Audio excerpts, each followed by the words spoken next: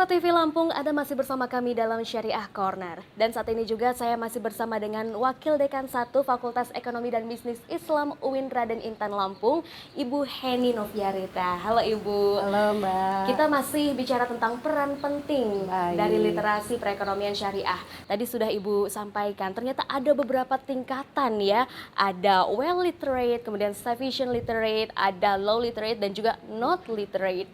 Ini artinya beberapa masyarakat Indonesia sebenarnya sudah paham ya beberapa pentingnya untuk kita meliterasikan diri kita sendiri. Nah, permasalahannya Ibu, kenapa masih minim literasi perekonomian syariah di Indonesia?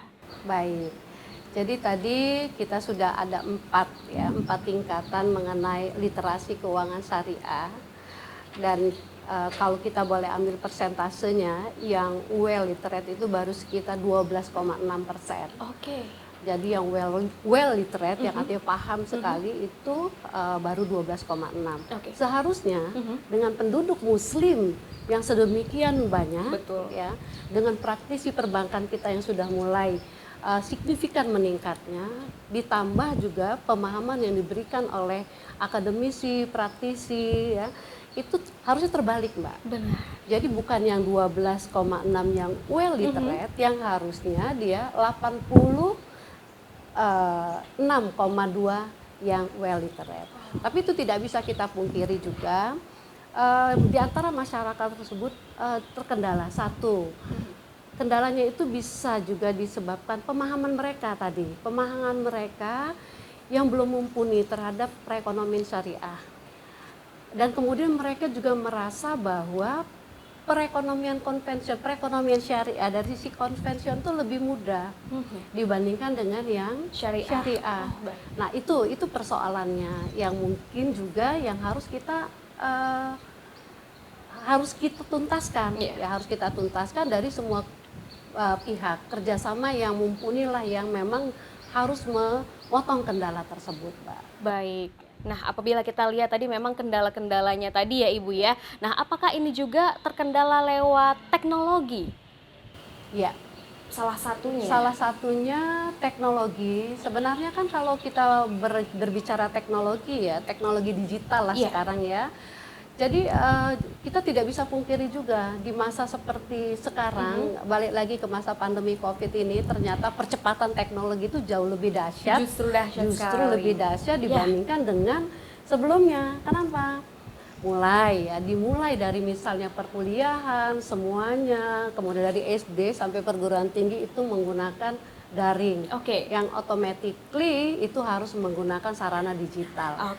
Nah, kemudian juga apakah melalui Zoom, apakah melalui Gmeet, atau melalui yang paling rendah sekali melalui WhatsApp ya, atau melalui media-media yang lainnya.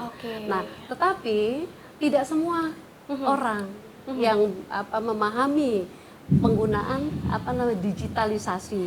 Nah, terutama di bidang ekonomi syariah. Jadi belum seluruh masyarakat kita memahami tentang proses digitalisasi dan teknologi itu. Ini juga, Mbak, merupakan tantangan kita yang harus kita atasi di masa yang seperti sekarang dalam rangka kita menghadapi 5.0. Itu perlu, jadi perlu kita tetap ditingkatkan. Lagi-lagi kerjasama antara semua pihak. Untuk meningkatkan semua itu. Nah, Ibu, bicara tentang tentunya orang-orang yang kita sasar nih, kira-kira sasaran target pertama untuk kita lakukan literasi untuk perekonomian syariah ini siapa? Target yang paling utama yang harus kita sasar adalah masyarakat. Karena masyarakat banyak inilah yang akan memberikan sumbangsi, kontribusi terhadap pertumbuhan ekonomi syariah secara keseluruhan, Mbak. Dan itu dibantu oleh pemerintah dan akademisi. Nah, pemerintah dan akademisi dengan well literate yang dia punya, dia akan memberikan edukasi kepada masyarakat, sosialisasi, edukasi kepada masyarakat. Sehingga masyarakatnya tahu, oh ini loh, jadi ternyata nggak susah berekonomi syariah itu. Oh ini loh produknya dari perbankan syariah, dari ekonomi syariah. Tidak cuma hanya produknya saja, ada juga jasa yang disebut dengan goods ya, barang dan jasanya ada. Kemudian dan mereka tentunya harus melek teknologi. Betul. Kalau nggak seperti itu mereka tidak bisa melakukan transaksi nantinya, Mbak. Nah, tentunya dengan cara yang sekarang lebih praktis Lebih lagi praktis ya. lagi. Nah, Ibu Heni kan tentunya sebagai Wakil Dekan 1 dari FEBI UIN Raden Intan Lampung, bagaimana strategi kepada para mahasiswa Ibu ekonomi syariah yang tentunya menjadi sasaran juga untuk semakin meningkatkan literasi perekonomian syariah? Kita di dunia akademisi, Mbak, ya artinya ada perkuliahan yang memang tadi kita menyiapkan sumber daya manusia yang tentunya akan dipakai oleh user di luar sana.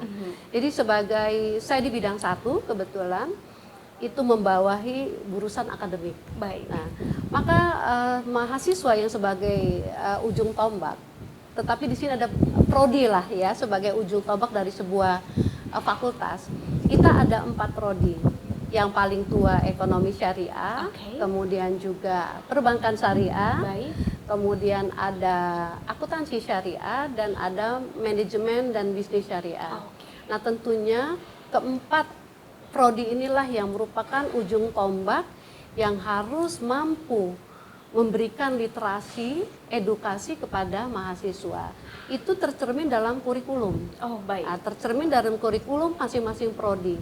Artinya nanti CPL-nya, capaiannya adalah sesuai dengan target kita, bahwa ketika mahasiswa selesai dari perkuliahan, ya nantinya tentunya usernya akan dipakai di masyarakat, dan tentunya dia harus memberikan edukasi kembali kepada masyarakat. Wah, betul sekali. Tentunya mahasiswa ini sendiri sebagai agent of change dari sebuah masyarakat, menjadi tentunya kita juga penyalur dari akademisi kepada masyarakat. Baik Ibu Heni, nanti kita akan lanjutkan sesaat lagi. Dan untuk Anda pemirsa Metro TV Lampung, tetaplah bersama kami.